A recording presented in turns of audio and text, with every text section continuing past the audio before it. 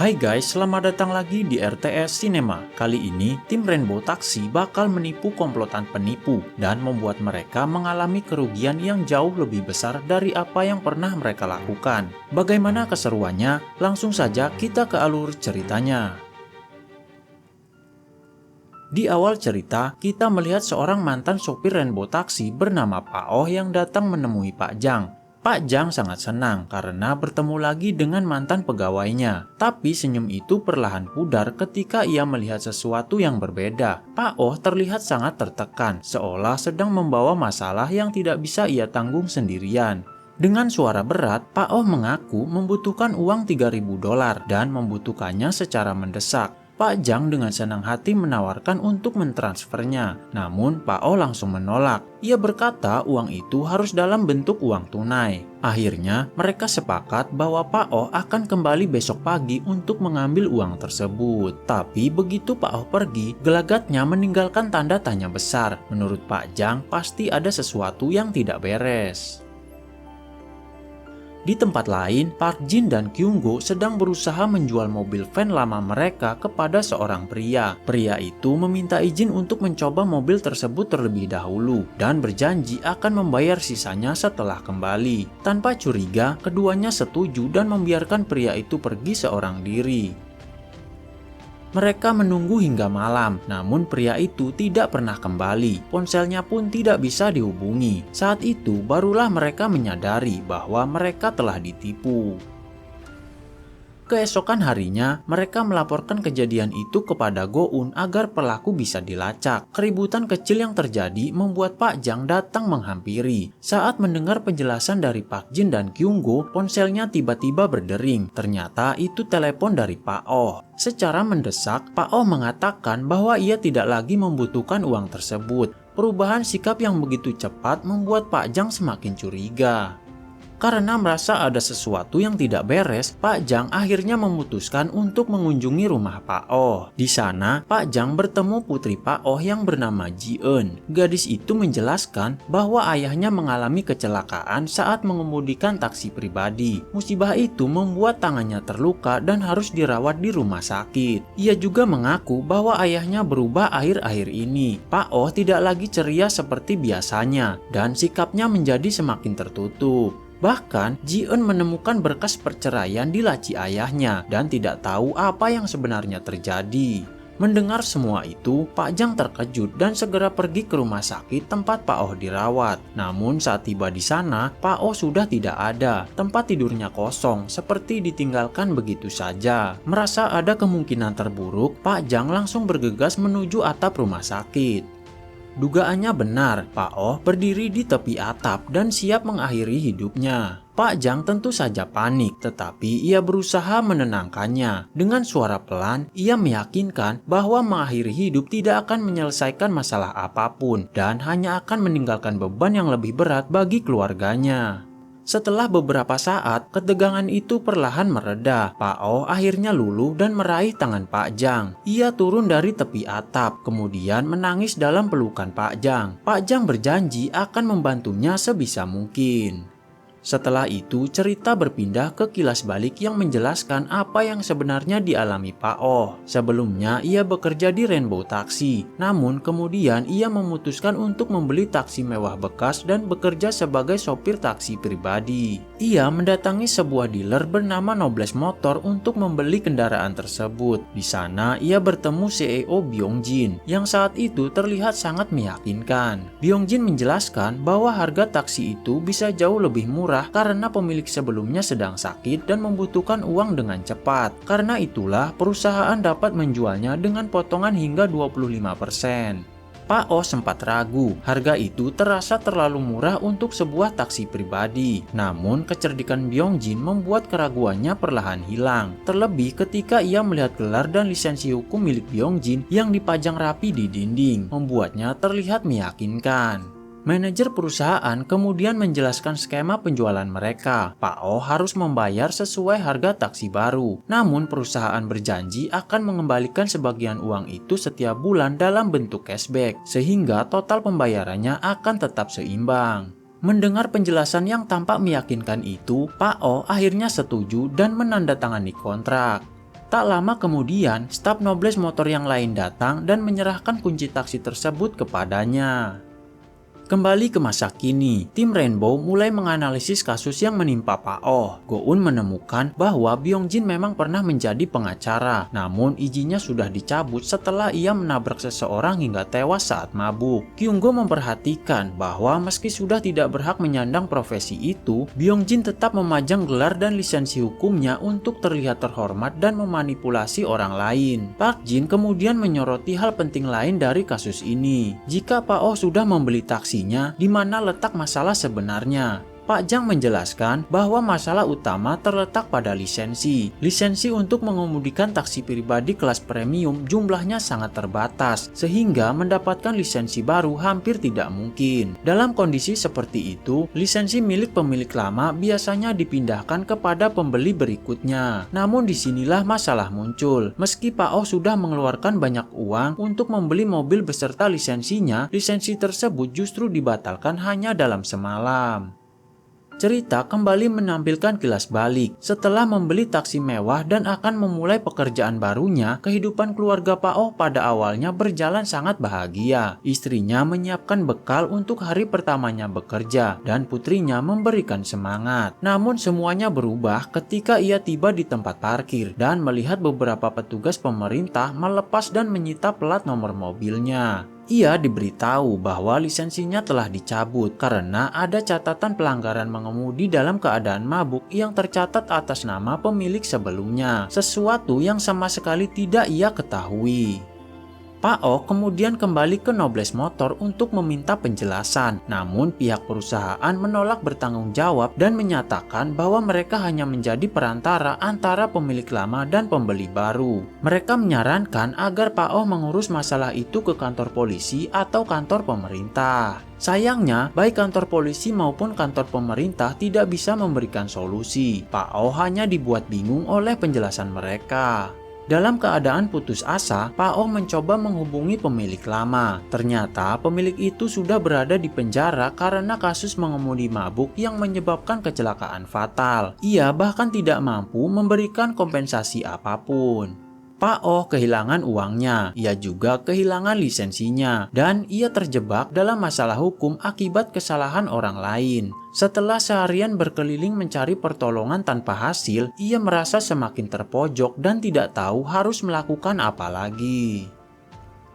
Cerita kembali ke masa kini ketika tim Rainbow mempertanyakan mengapa hukuman tetap jatuh kepada Pak Oh. Padahal pemilik lama sudah menerima hukuman penjara. Pak Jang menjelaskan bahwa setiap pelanggaran mengemudi dalam keadaan mabuk akan disertai pencabutan lisensi secara permanen. Nobles Motor sebenarnya mengetahui situasi itu. Mereka tahu lisensi tersebut akan dicabut. Namun mereka tetap membelinya dari pemilik lama sebelum pencabutan resmi terjadi, lalu menjualnya dengan cepat kepada korban lain seperti Pak Oh. Karena lisensi taksi premium sangat langka dan diminati, mereka tahu siapapun akan tergiur membelinya tanpa banyak curiga. Dalam kasus ini, Pak Oh menjadi korban dari keserakahan Nobles Motor, kelalaian hukum, dan kebingungan birokrasi. Kim Do-gi menambahkan bahwa Nobles Motor memanfaatkan celah hukum untuk menipu orang-orang yang tidak memahami prosedur. Namun, timnya masih bertanya-tanya, apa yang membuat Pak Oh sampai berniat mengakhiri hidupnya.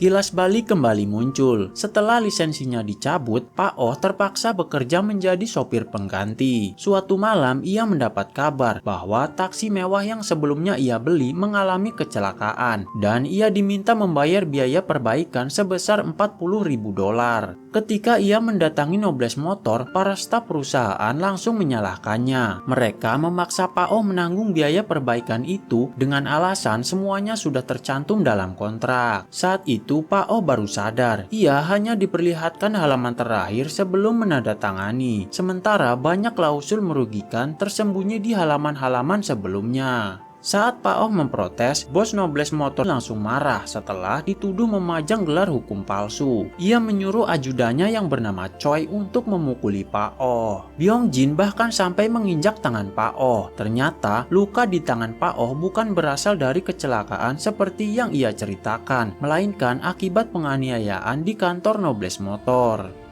Cerita kembali ke masa kini. Setelah mendengar seluruh kisah tragis itu, tim Rainbow Taxi memutuskan untuk membalasnya dengan cara yang sama licik dan sistematis seperti metode yang digunakan Nobles Motor saat menjebak korban-korbannya. Pak Oh kemudian dibawa ke depan mesin permainan rahasia. Ia menjalani ritual pemilihan misi. Mesin itu menampilkan aturan kerja dan kerahasiaan layanan Rainbow Taxi. Setelah berpikir panjang, Pak Oh akhirnya membuat keputusan. Ia memilih untuk membalas Nobles Motor. Dengan pilihan itu, misi pun resmi dimulai.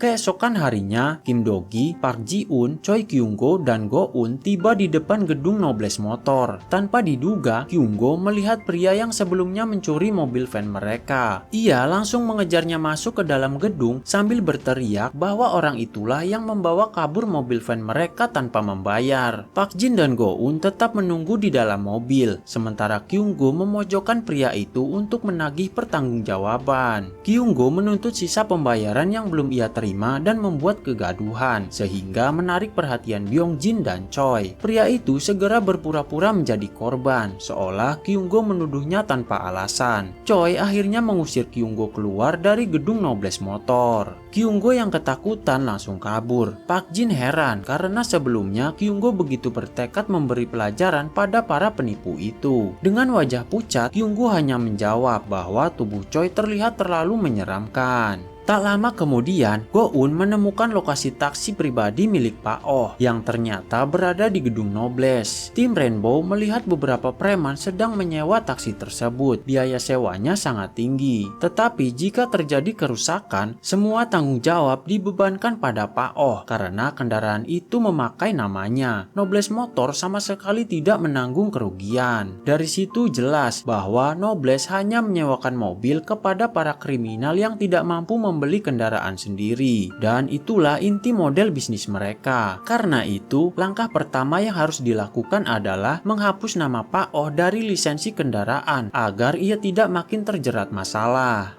Para preman kemudian membawa pergi taksi milik Pak Oh. Tim Rainbow mengikuti mereka dan melihat para preman mengemudi sembarangan di trotoar, menakut-nakuti pejalan kaki, bahkan memukul seorang anak laki-laki lalu memaksanya meminta maaf dan menanggung kerusakan mobil. Mereka terus meneror orang lain di sepanjang jalan. Di tengah kekacauan itu, Do-gi menghentikan laju mereka dengan memarkirkan taksinya tepat di depan mobil preman. Mereka marah, tetapi Do-gi sengaja membiarkan mobilnya menghalangi lalu berjalan pergi. Salah satu preman mengejarnya, namun semua serangannya mudah dihindari. Do-gi memancingnya ke gang dan menghabisinya sampai pingsan. Ketika preman lain datang, Jin-un dan Kyung-go muncul dengan mobil van untuk menahan mereka. Para preman mencoba menyerang Do-gi dengan pisau, tetapi semuanya berhasil ia lumpuhkan. Setelah situasi aman, tim Rainbow membawa pergi taksi milik Pak Oh. Go-un memeriksa dokumen taksi tersebut dan mengetahui bahwa lisensinya tidak bisa dibatalkan. Kemudian Kim Do-gi berencana membeli mobil dari Nobles Motor. Ia memiliki rencana yang bagus untuk membalas mereka. Sementara itu di kantor Nobles Motor ada seorang pria polos datang untuk membeli mobil. Manajer yang memanipulasinya dengan kata-kata manis. Di saat bersamaan, Byung Jin menerima kabar dari para preman bahwa taksi sewaan mereka hilang karena seorang supir taksi memukuli mereka dan membawa kabur mobilnya. Byung Jin tidak percaya dan malah memarahi mereka karena dianggap tidak mampu membayar sewa. Sementara itu, asisten Yu memberitahu Byung Jin bahwa manajer yang berhasil menjebak pembeli baru sehingga Byung Jin ikut menyaksikan prosesnya. Ternyata, manajer yang sudah memaksa pria polos tadi menandatangani kontrak, lalu menuntut deposit $2.000 yang sebelumnya tidak disebutkan. Pria itu pun protes, namun manajer yang mengancam akan mengenakan biaya pembatalan. Pria itu menolak dan menuduh mereka penipu, lalu hendak pergi. Namun Byung Jin dan Choi menghadangnya. Byung Jin memukulinya, lalu memaksanya mengakui kesalahan yang tidak pernah ia lakukan. Ia juga mengancam akan menyakiti keluarga pria itu yang kebetulan istrinya sedang hamil 7 bulan. Pria itu pun ketakutan dan memohon agar keluarganya tidak disakiti. Namun para pegawai Nobles malah menertawakannya. Pria itu kemudian diseret menuju mobil baru yang yang dipaksakan kepadanya. Mereka ingin ia membawa pulang mobil itu sebagai hadiah untuk istrinya. Namun ia ragu menerima kunci hingga membuat Byung-jin semakin marah. Saat situasi memanas, sebuah mobil meluncur cepat dan menabrak mobil baru tersebut. Pengendaranya adalah Dogi yang berpura-pura bersikap kekanak-kanakan dan seolah tidak sengaja menabrak mobil itu. Tingkahnya membuat Byung-jin semakin murka. Ketika ia melihat kerusakan mobil, Dogi sengaja menumpahkan kopi panas ke tangan manajer Yang hingga kontrak yang ia pegang jatuh. Dogi kemudian menginjak kontrak itu hingga rusak. Melihat kesempatan itu, pria polos tadi segera melarikan diri. Byung-jin kemudian memaki Dogi karena telah mengganggu transaksi mereka. Namun, Dogi justru menawarkan diri untuk membeli mobil tersebut sekaligus menanggung biaya perbaikan mobil yang ia tabrak. Seketika sikap semua orang berubah dan mereka memperlakukannya dengan manis. Akhirnya, Dogi membeli mobil itu. Mobil itu kemudian dikendarai oleh Dogi. Namun, tidak lama setelah melaju, remnya tiba-tiba tidak berfungsi dan kecepatan mobil berubah-ubah dengan sendirinya. Dogi berusaha mati-matian mengendalikan kendaraan tersebut agar tidak membahayakan siapapun. Meski begitu, mobil itu akhirnya kehilangan kendali dan akhirnya mengalami kecelakaan.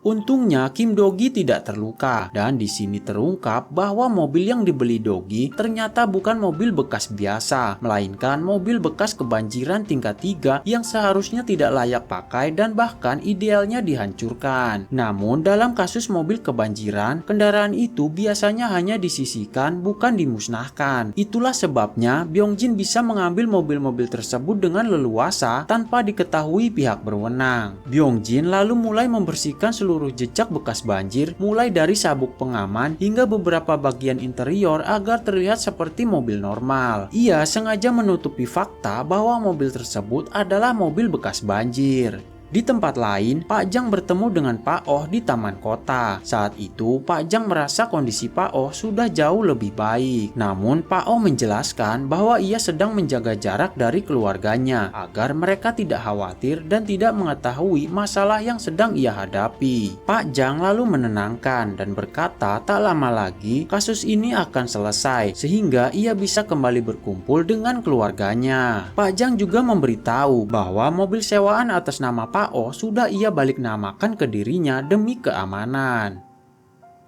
Kembali ke Byung-jin dan kelompoknya yang sedang makan malam. Saat itu, Byung-jin fokus menonton berita tentang sebuah daerah yang baru saja dilanda banjir. Ia segera menyuruh salah satu anak buahnya pergi ke lokasi tersebut setelah melihat ada sekitar 7 mobil yang terendam banjir. Tanpa mereka sadari, Dogi yang juga ada di sana menguping seluruh pembicaraan. Setelah makan, Byung-jin langsung meluncur ke lokasi untuk mengecek mobil-mobil yang akan ia beli. Beberapa unit tampak sudah terendam banjir dan ia pun setuju memborong semuanya. Di sini terbongkar fakta penting. Mobil-mobil bekas banjir tersebut tidak terdaftar dalam asuransi sehingga tidak ada data resmi yang menunjukkan bahwa mobil itu pernah terendam banjir. Itulah yang membuat Byung-jin leluasa menjualnya kembali dan menipu banyak orang. Mobil-mobil itu kemudian segera diperbaiki. Mereka mengganti sabuk pengaman, beberapa bagian yang rusak terkena lumpur dan komponen lain yang masih bisa diselamatkan. Namun tak lama kemudian asistennya mengabarkan bahwa izin mobil-mobil yang baru dibeli itu sudah dicabut. Namun Byung-jin tidak begitu khawatir. Rencananya mobil-mobil itu akan dijadikan mobil hantu dan dijual kepada para mafia atau para preman. Malam harinya, Byung-jin berkumpul dengan teman-temannya untuk membahas urusan hukum. Ia menegaskan bahwa jika ada dari mereka yang terlibat kasus, mereka harus segera memberitahu dirinya agar ia bisa segera memberikan solusi. Tanpa sepengetahuan mereka, sebuah kamera tersembunyi berhasil merekam pembicaraan itu dan Dogi mengetahui seluruh rencana mereka. Keesokan harinya, seperti biasa, Kim Dogi kembali menyamar. Kali ini ia datang untuk membeli mobil baru yang katanya akan ia berikan kepada pacarnya. Dan dari ruang CCTV, Byung-jin memperhatikan gerak-gerik Dogi. Mobil yang baru saja dibeli oleh Dogi kemudian dicek dan hasilnya sama saja. Itu adalah mobil bekas banjir yang sudah tidak layak. Hari berikutnya, Dogi sengaja membeli mobil di showroom lain untuk menjebak Nobles Motor. Anak buah Byung-jin yang sudah masuk perangkap merasa terkejut karena Dogi tidak hanya membeli 1 atau 2 mobil, tapi sampai membawa mobil pengangkut. Mereka mulai curiga, namun Byung-jin menenangkan. Menurutnya, tidak ada salahnya kalau seseorang membeli banyak mobil, karena justru mereka juga yang akan diuntungkan. Singkat cerita, Dogi kembali lagi ke Nobles Motor. Ia berpura-pura menangis dan mengatakan bahwa ia baru saja putus cinta. Karena itu, ia ingin membeli mobil yang benar-benar bagus. Staf di sana langsung menawarkan 1 unit mobil yang sangat menarik. Kontrak pun akhirnya ditandatangani. Namun tiba-tiba Byung-jin memberitahu bahwa Dogi harus segera melunasi sisa pembayaran. Dogi sempat berpura-pura bingung ketika diminta melunasi sisa pembayaran. Namun tentu saja itu hanya sandiwara. Dia tidak keberatan membayar berapapun jumlahnya. Reaksi Byung-jin dan anak buahnya sangat jelas. Mereka terkejut karena Dogi sama sekali tidak mempersoalkan uang. Karena curiga, Byung-jin dan anak buahnya kemudian mengikuti Dogi. Dogi berpura-pura memasukkan kunci mobil yang baru saja ia beli ke dalam sebuah mesin. Kemudian dari mesin itu keluar uang tunai yang sangat banyak. Hal itu membuat Byung-jin dan anak buahnya semakin penasaran. Mereka mulai memperhatikan situasi sekitar dan berusaha mencari tahu apa sebenarnya yang sedang dilakukan Dogi. Byung-jin yang penasaran bahkan mencoba menekan beberapa tombol pada mesin itu, namun tidak berhasil. Karena kesal, ia menghancurkan mesin itu. Saat itu terlihat jelas bahwa mereka sudah tidak mau bersikap baik kepada Dogi. Keesokan harinya, saat Dogi kembali untuk membeli mobil baru, ia langsung disekap. Mereka menanyainya mengapa ia membeli mobil dalam jumlah begitu banyak. Tak lama kemudian, Byung-jin datang dan Dogi menjelaskan bahwa ia telah menemukan seseorang yang bersedia membeli mobil melalui dirinya. Dari setiap transaksi, ia memperoleh keuntungan sebesar 10%, sehingga ia tidak pernah mempermasalahkan harga mobil yang ia beli semahal apapun. Tentu saja tawaran keuntungan 10% itu terdengar sangat menggiurkan. Byung-jin pun memutuskan untuk mengambil alih sisa mobil yang akan Dogi jual kepada orang tersebut. Dogi mengatakan bahwa ia sudah menandatangani kontrak untuk membawakan 100 mobil dan saat ini baru terkumpul 30 mobil. Mendengar itu, wajah Byung-jin langsung sumringah dan meminta Dogi untuk bekerja sama dengannya. Saat Byung-jin dan anak buahnya bersiap menyediakan mobil, Dogi berhasil melepaskan diri dan meminta Pak Jang menjalankan rencana berikutnya, yaitu berpura-pura menjadi seorang pemilik mobil taksi yang kebanjiran. Go-eun bertugas menyebarkan video tentang mobil kebanjiran milik Pak Jang, dan akhirnya Byung-jin mulai masuk perangkap mereka. Malam itu, Byung-jin dan anak buahnya tiba di perusahaan milik Pak Jang. Byung-jin memeriksa satu persatu dan benar saja, mobil-mobil itu tampak seperti bekas banjir. Tak lama kemudian, Pak Jang keluar dalam kondisi sempoyongan. Ia bersandiwara menjadi seorang bos taksi yang bangkrut. Tanpa banyak bicara, Byung-jin menawarkan untuk membeli seluruh mobil milik Pak Jang dengan harga $1.200 per unit. Tentu saja Pak Jang pura-pura setuju karena itu terlihat sangat menguntungkan. Kontrak pun ditandatangani. Mereka bahkan sudah memanggil mobil derek untuk mengambil seluruh mobil di sana. Namun sebelum rombongan Byung-jin pergi, Pak Jang tiba-tiba keluar dengan senyum lebar dan menagih biaya tambahan sebesar $500.000 yang menurutnya tercantum dalam kontrak. Byung-jin terkejut karena merasa tidak pernah melihat syarat tersebut. Pak Jang kemudian menjelaskan bahwa kontrak itu tertulis di lembar satunya. Byung-jin yang merasa ditipu kemudian memanggil asistennya yaitu Choi untuk menghajar Pak Jang. Tetapi Pak Jang justru memanggil seseorang untuk menghadapi Choi, yaitu Kim Dogi yang ternyata adalah si pria culun. Saat melihat Dogi muncul, mereka pun menyadari bahwa selama ini mereka telah ditipu. Terjadilah perkelahian antara kedua pihak, namun mereka bukan tandingan Dogi. Dengan bantuan timnya, Dogi dengan mudah mengatasi seluruh anak buah Byung-jin.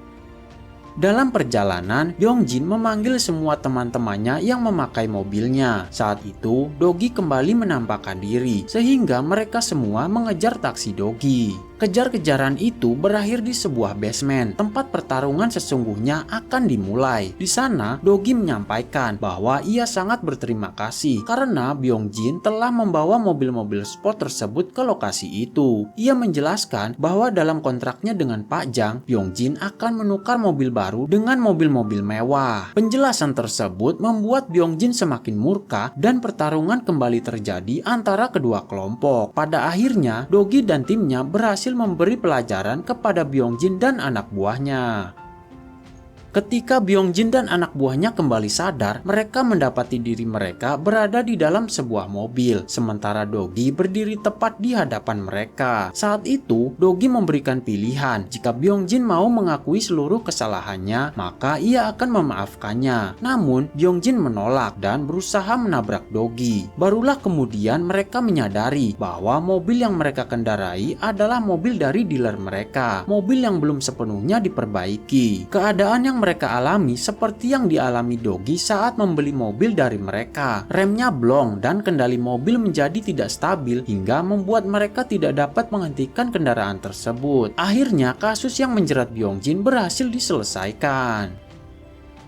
Pada malam harinya, Dogi dan rekan-rekannya berkumpul di depan kantor Pak Jang. Mereka merayakan keberhasilan dengan makan dan minum bersama. Dan berakhir sudah alur cerita Taxi Driver Season 3 part kedua, yaitu episode ketiga dan keempat. Nantikan part selanjutnya hanya di RTS Cinema.